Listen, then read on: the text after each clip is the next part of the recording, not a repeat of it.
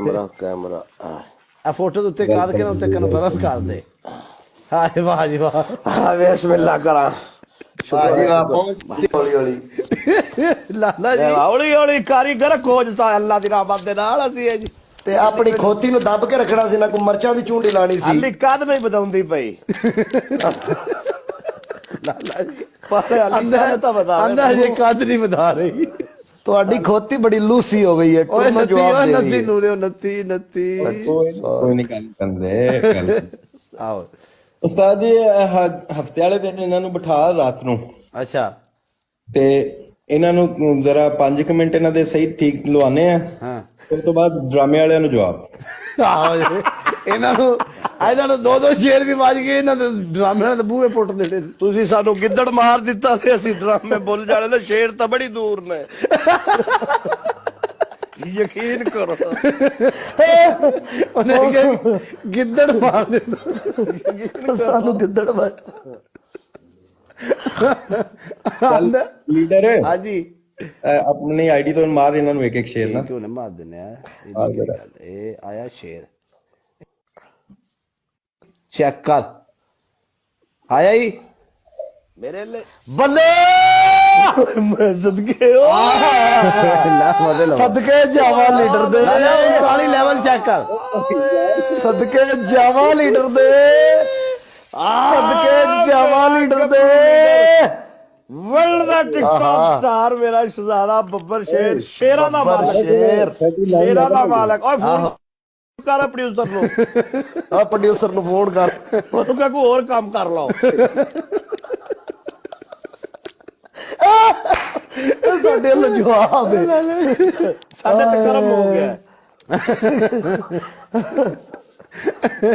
ਮਾਸ਼ਾਅੱਲਾ ਸ਼ੇਰ ਰਿਜ਼ਕ ਲਿਆ ਰਹੇ ਨੇ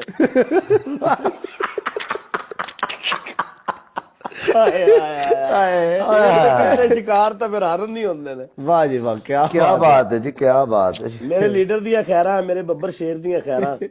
इनु आज कोडू नु बड़ा औखा कड्या गिलास विच डुब के मार चला बस एवें गिलास टप्पण लगा ते विच जा पिया बड़े वैसे अफसोस थी सलवार दास कन छोटा सी लाला हुके दी डड़ी दी चढ़ के मैं पैराशूट बनो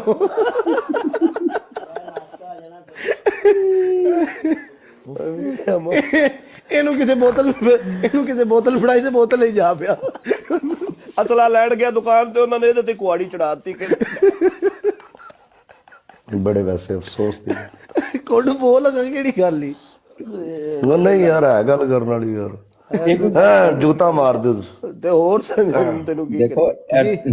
ਠੰਡ ਦਾ ਮੌਸਮ ਚੱਲ ਰਿਹਾ ਤੇ ਤੁਹਾਨੂੰ ਕੋਡੂ ਤੋਂ ਡਰਨਾ ਚਾਹੀਦਾ ਹਜ਼ਾਰੀ ਗੱਲ ਹੈ ਤੂੰ ਇੱਕ ਵਾਰੀ ਮੱਖੀ ਬੈਠੀ ਕਹਿੰਦਾ ਮੈਂ ਥੱਕ ਗਿਆ ਮੈਂ